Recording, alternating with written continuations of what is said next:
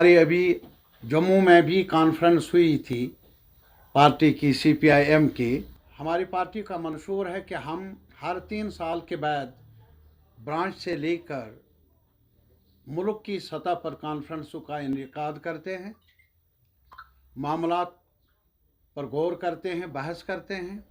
हमारी सियासत एक प्रोसेस के ज़रिए, प्रोसेस ऑफ डिस्कशन और डिबेट के ज़रिए इवाल्व होती है। और अभी तमिलनाडु में ऑल इंडिया, जिसे हम कांग्रेस कहते हैं, पार्टी की कांग्रेस 24वीं कांग्रेस हुई, जिसमें पॉलिटिकल रेजोल्यूशन अडॉप्ट हुआ, जिसमें कई करारदादें मंजूर हुई। और उसमें एक करारदाद जिसका आज पूरे मुल्क में चर्चा है, वो वक्फ के बारे में है। यहाँ कश्मीर में उसे हम अवकाफ कहते हैं। वक्फ एक तंजीम है, मुसलमानों जिनका अकीदा है इस्लाम पर, उनकी प्रॉपर्टीज़ के मुतल्लिक एक इदारा बना है। कई अरसे से काम करता आया है हमारे मुल्क में, जिसे वक्फ के नाम से जाना जाता है। उसका एक कानून था, एक्ट था, और उस एक्ट में तरमीम लाई मौजूदा सरकार ने, बीजेपी की सरकार ने हाल ही में पार्लियामेंट में एक बिल लाकर, और मेजॉरिटी का फ़ायदा उठाते हुए उन्होंने उस बिल को भी पास करवाया, राज्यसभा में भी और पार्लियामेंट में भी। आज वो एक्ट बना है, लेकिन वो एक्ट है क्या, ये जानना ज़रूरी है। यहाँ हर अकीदे के साथ ताल्लुक़ रखने वाले लोगों का अपने मजहबी मामलात और अपने जो भी प्रॉपर्टीज़ है, उनकी देख रेख करने के लिए ट्रस्ट्स बने हैं, इंस्टीट्यूशंस बने हैं। और मुसलमानों का भी अपने अकीदे के दायरे के अंदर अपनी प्रॉपर्टीज़ की देख रेख करने के लिए एक इंस्टीट्यूशन बना है, उर्से से काम करता आया है, जिसे हम वक्फ कहते हैं। और उसके एक लीगल फ्रेम था जिसके अंदर काम करने की कुछ हदूद मुकर्रर हुई थी। उसमें तरमीम लाई इस सरकार ने, और तरमीम इस सवाल को लेकर के इसमें इस्लाह की ज़रूरत है। एक सवाल है हमारा जो हमने उधर तमिलनाडु में, जिसमें हर एरिया के डेलीगेट्स थे, लीडर्स थे, एमपीज़ थे, मिनिस्टर्स थे, एमएलएज थे, हर रियासत के, नॉर्थ ईस्ट से लेकर साउथ तक, वेस्ट तक, ईस्ट तक, यहाँ से भी डेलीगेट गए थे। वहाँ हमने चर्चा किया इस सवाल पर और कहा कि अगर रिफॉर्म करना है तो मुस्लिम इदारे को ही निशाना क्यों बनाया गया? क्या जो और अकीदे रखने वालों के इदारे हैं, क्या उनमें रिफॉर्म की ज़रूरत नहीं है? वाई दे हैव टू, उन्होंने चुना क्यों सिर्फ एक ही इदारा? और उसमें जहाँ तक ताल्लुक़ है रिफॉर्म का, वो हदी अख्तियार है उन लोगों का जो मनसब पर बैठे हैं इन इदारों को चलाने के लिए, जिनको चुना गया है। ये उस इदारे के दायरे अख्तियार में आता है जिसे हम वक्फ बोर्ड कहते हैं। किसी और को ये इन मामलात में दखल अंदाजी की इजाज़त नहीं है। और हमारी नज़र में जहाँ तक सीपीआईएम का ताल्लुक़ है, हमने बयान नहीं, एक रेजोल्यूशन बाज़ाब्ता अडॉप्ट किया ऑल इंडिया पार्टी कांग्रेस में, और कहा ये दखल अंदाजी बेजा है। मकसद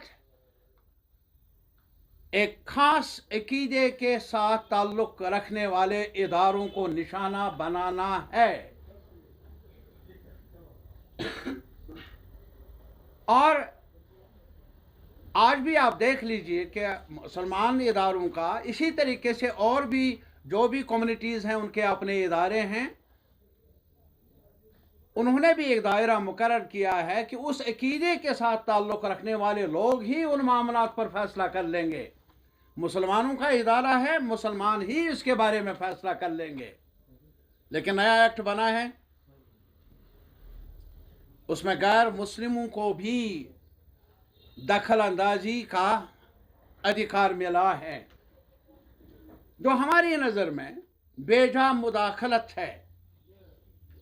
हमारी नज़र में जो हमारा आईन कॉन्स्टिट्यूशन ऑफ इंडिया अभी भी हर अकीदे के मानने वालों को अपने अकीदे को प्रोटेक्ट करने के लिए इदारे कायम करने का इख्तियार देता है, ये उस पर आँच है।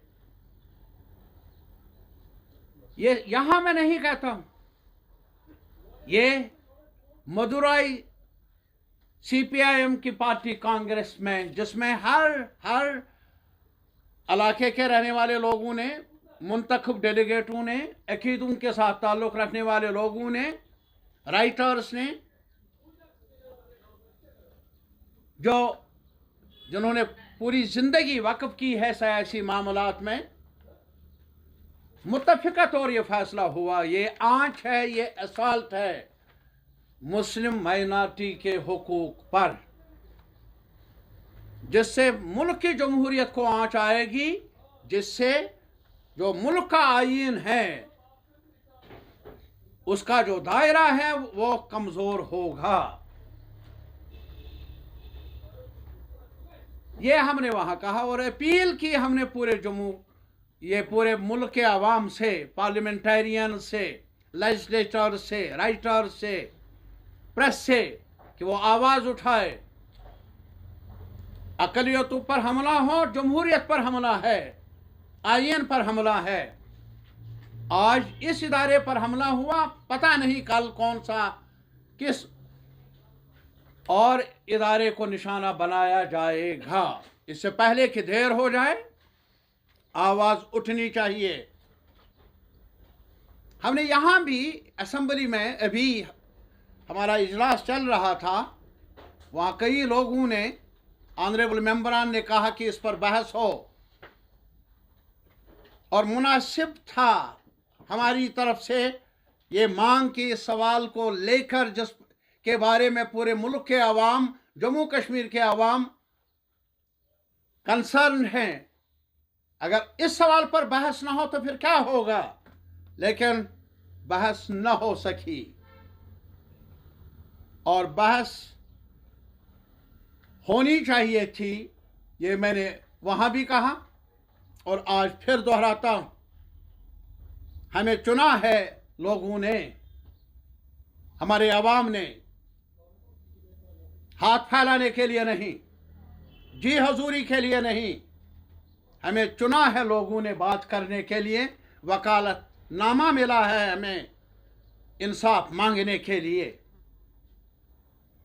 बहरहाल, एक तो ये मसला, और दूसरा जहाँ तक जम्मू कश्मीर का ताल्लुक है, जो पार्टी कांग्रेस मुनक्कद हुई, जिसका मैंने अभी जिक्र किया, वहाँ मुत्तफ़िक़ा तौर पर जम्मू कश्मीर के मामलात के बारे में करारदाद पेश हुई, बहस हुई, और उस करारदाद को मंजूर किया गया। वो भी आपके सामने मैं पेश भी कर लूँगा। एक सवाल है कि जम्मू कश्मीर निशाने पर रहा जब से ये सरकार 2014 में वजूद में आई, पूरे मुल्क में इनके हाथों में बागडोर मिली, बीजेपी को इक़्तिदार संभालने का अधिकार मिला, और फिर उसके बाद यहाँ भी सरकार बना दी, मिली जुली सरकार। तब से लेकर अगर हम जायज़ा ले बीजेपी के मौक़िफ़ का जम्मू कश्मीर के बारे में, वो नामुवाफिक रहा, जम्मू कश्मीर के हुकूक को सलब करने की जानिब लगातार असॉल्ट करने का एक सिलसिला रहा। 5 अगस्त 2019 को क्या हुआ? हमारे अधिकार को छीना गया। जो हमारा रिश्ता बना जम्मू कश्मीर का मुल्क के साथ, उस पर असॉल्ट किया गया। और जम्मू कश्मीर के अवाम को जो जमानत मिली थी कॉन्स्टिट्यूशन में, उसको यकतरफा तौर पर छीना गया। और तब से लेकर आज तक क्या हुआ, बात यहीं पर रुकी नहीं, मुसलसल हमले हो रहे हैं। जॉब का सवाल कहीं नजर आता नहीं। जो लोग काम करते भी हैं उनको भी कईयों को बेदखल किया जा रहा है बगैर किसी जवाब के, उनको मौका दिए बिना। Casual labour, daily wagers, need based, anganwadi workers, helpers, NHM में काम करने वाले आशा वर्कर्स, आज के वक्त में 2 वक्त की रोटी भी नसीब नहीं है उनको। काम लिया जाता है, वादा बंद रही है मरकजी सरकार भी, बार बार कहा है उन्होंने पार्लियामेंट में भी कि डेली वेजर्स, नीड बेस्ड स्कीमों में काम करने वाले लोगों को मिनिमम वेजेस मिलने चाहिए, कम से कम उजरत मिलनी चाहिए, ताकि वो सांसें ले सके, अपने जीवन को संभाल सके। लेकिन हमारी बदकिस्मती है कि जम्मू कश्मीर में सब कुछ ये कहा जाता है कि इंटीग्रेशन हुई है पहली बार, लेकिन वेजेस का सवाल है, उजरत का सवाल है। वो उजरत हमें मिले जिसका वादा किया है पार्लियामेंट में सरकार ने। जम्मू कश्मीर को भी, यहाँ के वर्कर्स को भी मिनिमम वेजेस एक्ट के दायरे के अंदर लाया जाए, ऐसा हुआ नहीं। अफसोस तो ये है कि मिनिमम वेजेस जो लद्दाख में मिल रहे हैं, वो भी यूनियन टेरिटरी है, उसके मुकाबले में जम्मू कश्मीर के वर्कर्स को, स्कीमों में काम करने वालों को, डेली वेजर्स को, कैजुअल लेबर्स को वो कम मिल रही है। वो वेजेस लद्दाख से भी कहां से कहां पहुंचाया जम्मू कश्मीर को। ये मामलात है। और ये भी मामला है कि अगर कल कहीं पर कोई वैकेंसी हो, कोई मुलाजिम लगे, लेकिन उसका मसेरा चचेरा भाई कभी किसी गैर कानूनी सरकार में मुंसलिक रहने का उसे इल्ज़ाम हो, सज़ा मिलती है उसको जिसको जुर्म के बारे में खबर भी नहीं। ये कायदा सिर्फ यहाँ चल रहा है, ये अंधेर नगरी और कहीं हो या ना हो, लेकिन जम्मू कश्मीर में जारी है। मैं नहीं कहता हूं कि अगर गैर कानूनी कार्रवाई में कोई मुलविस हो, तहकीकात न हो, तहकीकात हो, और तहकीकात करने के बाद अगर साबित हो कि कोई गैर कानूनी सरगर्मियों में मुलविस है, कानून के दायरे के अंदर अमल किया जाए, लेकिन नाकर्दा गुनाहों की सजा मिले। ये तरीका अफसोसनाक भी है और हमारी नज़र में इसको बदल दिया जाना चाहिए। मैंने असेंबली में भी कहा और जोर से कहा, यह सुनना पड़ेगा। कान बहरे हैं, इंसाफ मांगते हैं, कानून में रोई लगाई जाती है अहले इक़्तिदार की तरफ से। वक्त आएगा, सुनना ही पड़ेगा जम्मू कश्मीर के अवाम की आवाज़ को। और इसीलिए हमने यहाँ भी जिक्र किया है, इस जो वहाँ रेजोल्यूशन हमने अडॉप्ट किया, ये यहाँ की आवाज़ नहीं। मुझे मौका मिला था ये रेजोल्यूशन पेश करने का। मैंने वहाँ भी कहा कि जम्मू कश्मीर के साथ जो नाइंसाफिया है, सरकार से उम्मीद नहीं। सरकार बदस्तूर एक रास्ते पर चल रही है जहां निशाना बनाया जा रहा है हमारे नौजवान को भी, और कई लोग हैं जेलों में हैं। अरे साहब, मैंने असेंबली में भी कहा और उधर भी कहा, एक बार जायजा तो लो, रिव्यू कर लो उनके केसेस को। कुछ ना कर सकते हैं, कम से कम यहां जेल बना लो। उन लोगों को दूर दराज इलाकों में रखकर उनके रिश्तेदारों को न मिलने का सजा मिल रही है। ये हमने वहां भी कहा, तमिलनाडु में भी कहा, और मैं शुक्रगुजार हूं CPIM का। उन्होंने बैक ज़बान कहा कि ये आवाज़ पहुंचाए आप कश्मीर के आवाम के सामने। वो इस जद्दोजहद में, इंसाफ की लड़ाई में अकेले नहीं है। नॉर्थ ईस्ट से लेकर साउथ तक, वेस्ट तक, ईस्ट तक जो भी इनकलाब पसंद लोग हैं वो जम्मू कश्मीर के आवाम के साथ है। ये मैसेज देने के लिए मुझे कहा गया आपकी वसातत से जम्मू कश्मीर के आवाम को। और आप खुद मुताला कर लें और आप देख लेंगे कि हमने इस बारे में जो कहा, प्रेस के बारे में हमने कहा, प्रेस की फ्रीडम ना हो तो फ्रीडम बेमानी है। प्रेस की फ्रीडम ये नहीं है कि कहीं पर प्रेस कॉन्फ्रेंस में जाओ और आपको प्रेस नोट कहीं और से मिले। ऐसा होगा नहीं, होना नहीं चाहिए। और आज भी हमारा इंफॉर्मेशन डिपार्टमेंट पता नहीं उस कादोबंद से आज़ाद हुआ है या नहीं, बंदिशों से। अपनी मर्जी के मुताबिक जो नॉन एग्जिस्टेंट अखबार हैं उनको एडवर्टीजमेंट मिल रहा है। नॉन एग्जिस्टेंट, जिनकी सर्कुलेशन है, जिनका एस्टैब्लिश्ड इंस्टीट्यूशंस हैं, चाहे एजेंसीज हैं, चाहे एजेंसीज मीन्स अखबारों के एजेंसीज, उनको डिप्राइव रखा जाए एडवर्टीजमेंट से और फैसिलिटीज से। CPIM पुरजोर मुतालबा करती है मौजूदा सरकार से, जो कल तक हुआ गलत हुआ उसका जायज़ा लिया जाए और प्रेस को, मीडिया को अपना वक़ार का मुकाम, और हमारे जो भी पब्लिशिंग इंस्टीट्यूशंस हैं, जो भी हमारे और इंस्टीट्यूशंस हैं प्रेस के मुतालिक, उनके हुकूक का तहफ़्फ़ुज़ किया जाना चाहिए। और जहाँ तक अभी आप पूरी दुनिया में देख रहे हैं, ट्रंप ने एक ट्रेड वार शुरू की है। इस कदर बौखलाहट, एक फलस्तीनियन था जिसका एक ग्रीन कार्ड है, उसको बंद किया गया। उसकी शादी हुई है वहां से जो अमेरिकन सिटीजन है। ग्रीन कार्ड होते हुए भी बगैर जवाजियत, दुनिया भर की सबसे बड़ी जमहूरियत का हाल ये है।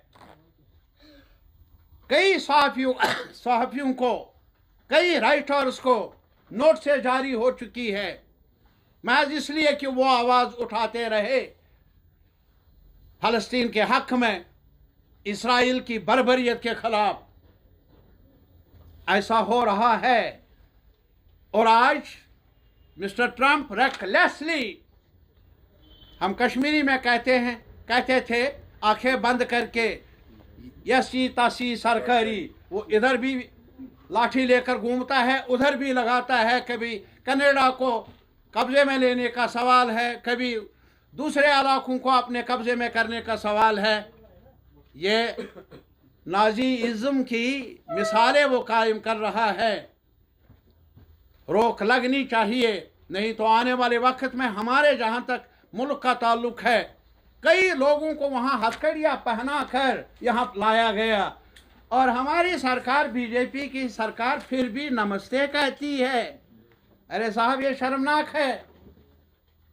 हमारे शहरियों को ही बेइज्जत करे और हम आवाज़ न बुलंद कर लें, नाइंसाफ़ी होगी। और आने वाले वक्त में हमें डर है जो एग्रीकल्चरल गुड्स पर तरीफ का सवाल है, टैक्स का सवाल है उसका बराह रास्त असर होगा हमारे एप्पल पर, हिमाचल के एप्पल पर, यहाँ के हमारे एप्पल पर, और ये सड़ जाएगा।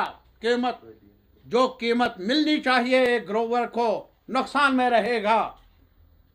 तो इस वजह से ये सारी बातें मैं आपके सामने इसलिए रख रहा हूँ कि मुद्दत के बाद मुलाकात करने का मौका मिला है। और इसके अलावा मैं ये भी खबर आपको दे दूँ कि जो हमारी कॉन्फ्रेंस हुई अभी जम्मू में, स्टेट की कॉन्फ्रेंस, उसमें नई कमेटी बन गई, स्टेट की कमेटी बनाई गई, और जिसमें नई कमेटी ने अपना सेक्रेटरी, हमारे पास प्रेसिडेंट का ओहदा नहीं है, सेक्रेटरी का ओहदा होता है, उसमें एक नया सेक्रेटरी